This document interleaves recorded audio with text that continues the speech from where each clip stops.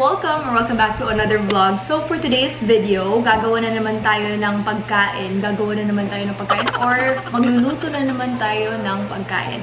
So, naging cooking show na yung channel ko. So for today's video, as you can see sa title, as you can see below, gagawa tayo ng manggo't sagot gulaman. So, yung pinaka main ingredient natin is, of course, yung mangga.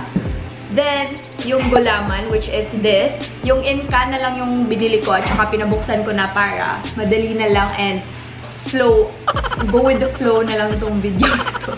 So, yan. Yung grass jelly, nabibili to sa supermarket. Meron din mga gulaman na sachet pero medyo hassle kasi yun. All-purpose cream by Nestle. Hala, hindi pa pala ito nabubuksan. At saka jersey evaporada. Then yung bowl natin, yung mixing bowl. And of course, yung knife para hihiwain natin yung jelly sa loob. Eh, super dali lang ng recipe nito kasi magmi-mix and batch ka lang. Mix and batch. Magmi-mix ka lang ng mga food or mga ingredients na nasa harap mo. And then, tara, tapos na. Ay! Oh my God! Ito pala yung sago natin, guys. Ito, nabili namin to sa merkado. Ayan, for 20 pesos ata. Hindi kami ang nagluto nito. So, cook na siya na tapioca pearl. Limutan ko na meron pa pala tayong tapioca pearls. So, if you guys wanna know how I make my manggo't sagot gulaman, then just keep on watching. First, buguntingin muna natin to kasi hindi pa pala siya nabubuksan. Wala kaming gunting, guys. So, ito na lang kutsilyo. Ayan. By the way, nag-render na lang ako ng video ko na mukbang. So, probably napanood nyo na ngayon. Yung mukbang na video ko. Nandito yung laptop ko. Share ko lang. Okay,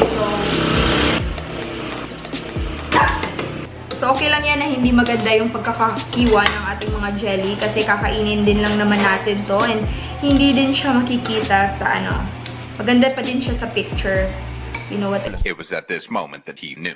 He fucked up. You know what I mean? Hala,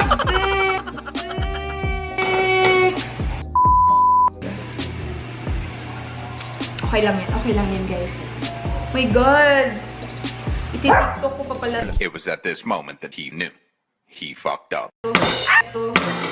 Pala to. Opa! Uy! Wait lang. Ay, nako. Iti-tiktok ko kasi ito, guys, para meron ako ma-post na food related naman sa TikTok. Then, next, tapos na tayo sa grass jelly. So, yung next na ilalagay ko is yung cream. My God, Vex. Struggle is real, ha? Pero, laban. Ito yung behind the scenes ng TikTok. I'm vlogging din. Nagti-TikTok din ako at the same time. Okay, so okay na yan. Yung sa TikTok kasi is just small clips. Like, mga 2-second clips lang siguro. Hindi naman kailangan na super mahaba sa TikTok. Mas gusto ko talaga yung, yung all-purpose cream compared to kondensada. Kasi, nung mga bata pa kami, like every time na gumagawa kami ng mango graham, yung mango float. Tapos ako kasi yung taga-bukas ng mga ganito. So tinitirhan ko siya para may makain ako mamaya.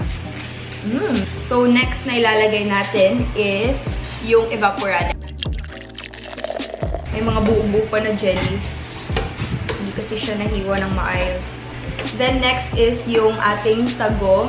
Kapag bibili kayo sa merkado ng sago, make sure na hinugasan niyo siya. So, ayan. Yung kilo ng mangga, guys, is 80 pesos. If you guys are wondering bakit kami nakakabili, it's because every MWF, nakakalabas kami ng bahay. So, yun lang yung days na makaka-grocery kami or makakapunta ng wet market. Yung last na is yung mangga.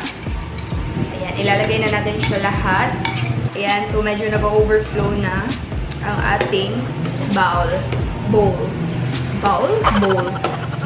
Kubeta yun eh. Bowl. Okay, bowl.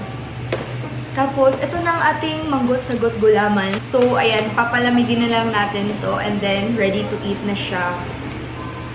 Ayan.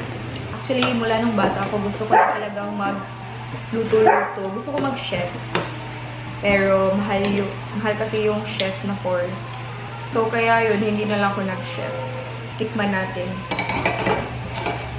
So, it's okay guys, kasi ako lang naman. Kami lang naman yung kakain dito. So, okay lang yan.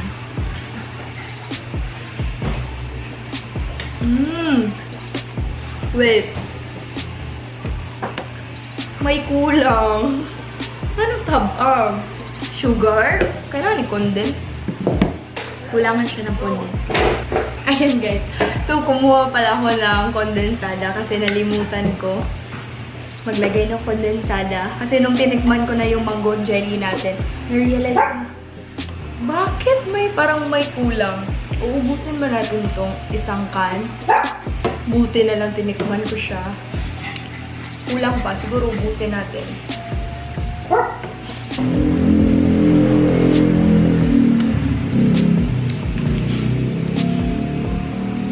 Inubos ko na siya, guys. Kapag super tamis, pwede namang lagyan ng tubig. So, okay na yan. So, if you wanna make mango sagot gulaman, just follow my video, even if it's epic fail. Hindi kasi ako nag-search. Thank you guys so much for watching this video. If you guys liked it, please give this video a thumbs up. Subscribe to my channel if you want to see more of me. Follow me on TikTok because I post their videos twice a day. I'll see you guys next time, and don't forget to reach your dreams because the sky is the limit. Bye! It could be weird, but I think I'm into it. You know I'm one for the overly passionate. I like you and I loved him. We could all be the best kind of friends.